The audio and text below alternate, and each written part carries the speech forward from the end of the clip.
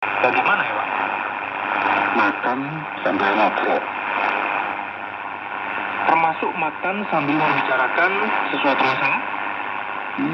Itu tergantung kesepakatan masing-masing keluarga. Tapi menurutku, makan sambil membicarakan suatu masalah itu akan bisa membuat makanan menjadi tidak nikmat.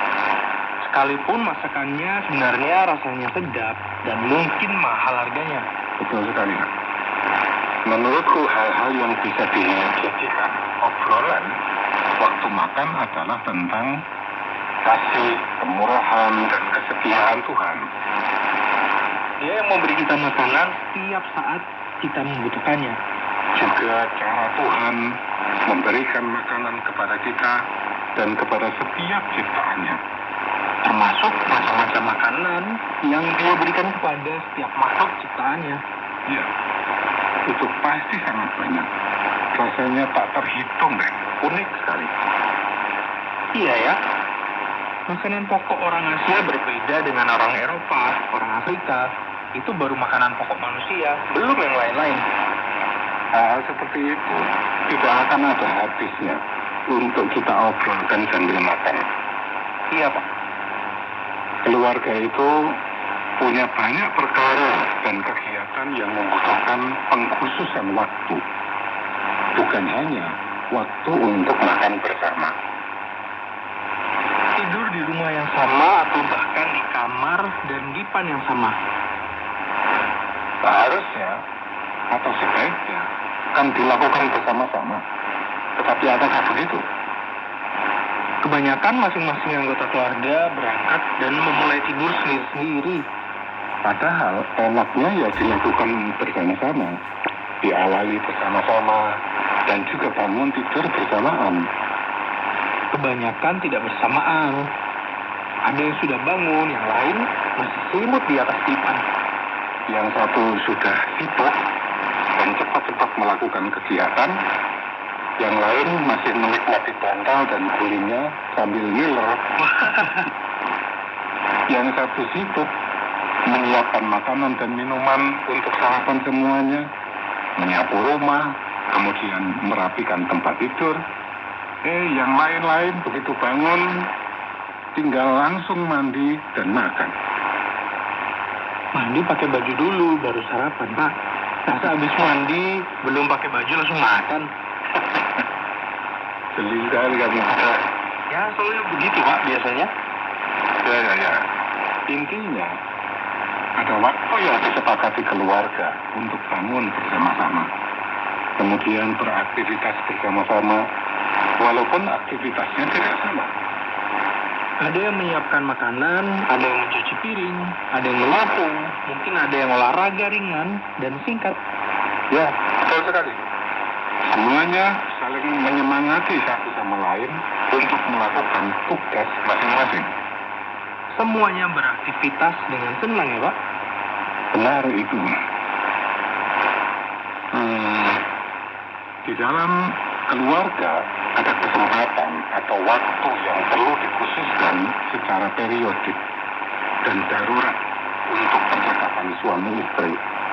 Periodik atau darurat yang gimana tuh, Pak? Periodik itu artinya secara rutin dalam jangka waktu tertentu. Misalnya seminggu sekali atau sebulan sekali pada setiap tanggal perkawinan.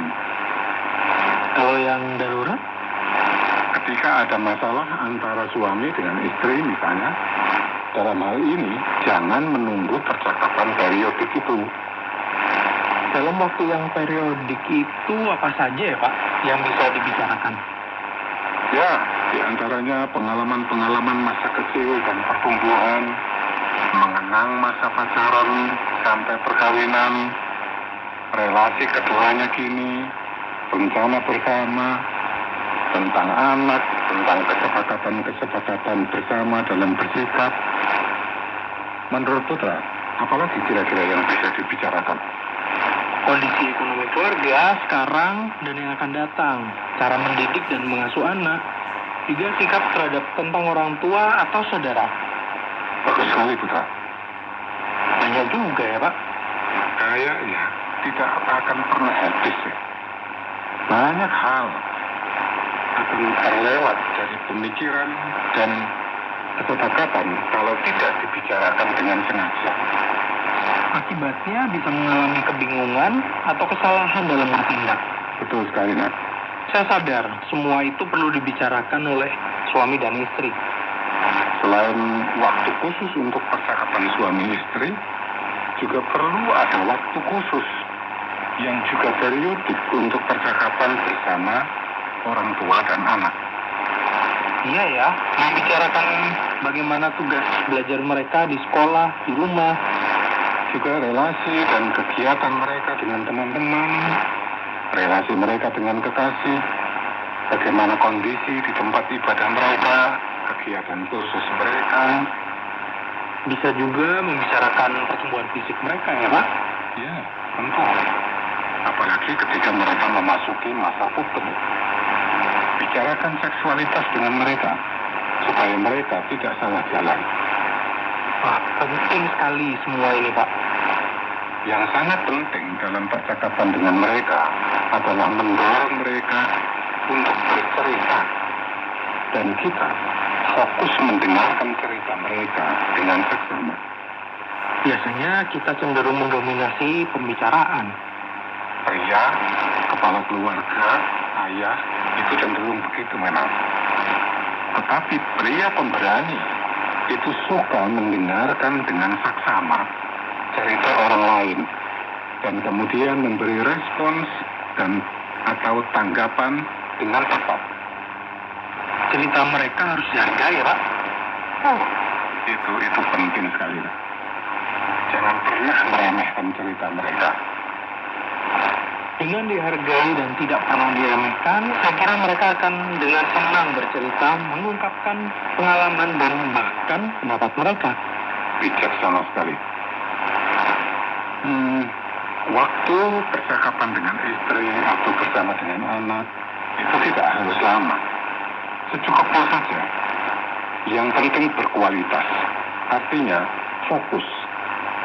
Masing-masing saling memperhatikan dengan sesama. Ya Pak, sambil dilanjutkan minum kopinya Pak. Oh ya, sampai aku lupa. Kita keasikan bicara ini. Ketika saya masih bersama orang tua, Papa dan Mama sering bahkan hampir setiap hari mengumpulkan kami semua untuk beribadah singkat atau paling tidak berdoa bersama. Itu bagus sekali. Kita masing-masing sebagai individu ciptaan Tuhan dan keluarga sebagai bentukan Tuhan, maka kita memang harus rajin beribadah. Selain di rumah, kami juga beribadah bersama-sama di rumah ibadah. Ibadah itu memberi inspirasi, menjadi kesempatan untuk bersyukur, membimbing kita untuk mampu bersikap dan berperilaku mulia. Di dalam dan dengan ibadah, kita mengalami kedamaian. Dengan ibadah, kita mendapat sesuatu untuk hati dan jiwa kita. Dengan doa, kita mengungkapkan hati dan perasaan. Di situ ya Pak, bedanya ibadah dan doa. Ya, doa adalah kesempatan untuk mengungkapkan rasa syukur kita kepada Tuhan.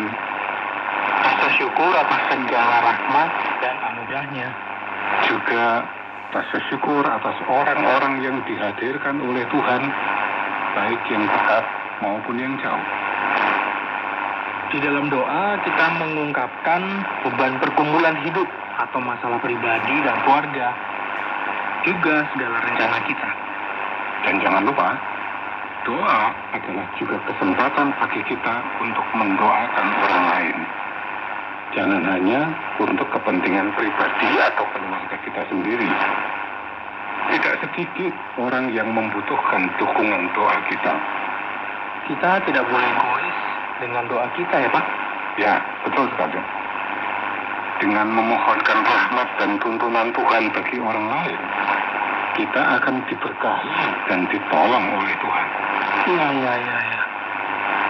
Tuhan suka doanya orang yang peduli terhadap kebutuhan orang lain. Tuhan suka terhadap orang yang menunjukkan kepedulian secara nyata kepada orang lain. Itu pasti. Hanya saja, ini tadi kita akan bicara tentang doa. Oh iya, saya mau loncat ini. Sedikit sekali kok. Gak apa-apa. Ibu rupanya sudah selesai urusannya.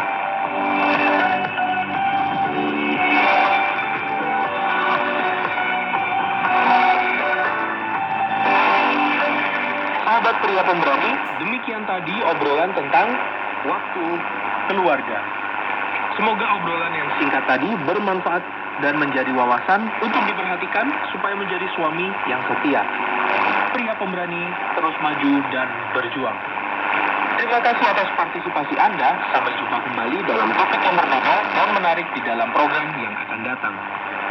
Jika Anda memiliki pertanyaan atau ingin memberi respon terhadap topik yang berhubungan dengan program ini, silakan menyampaikan melalui WhatsApp ke nomor 081 333 777 386. Sampai jumpa.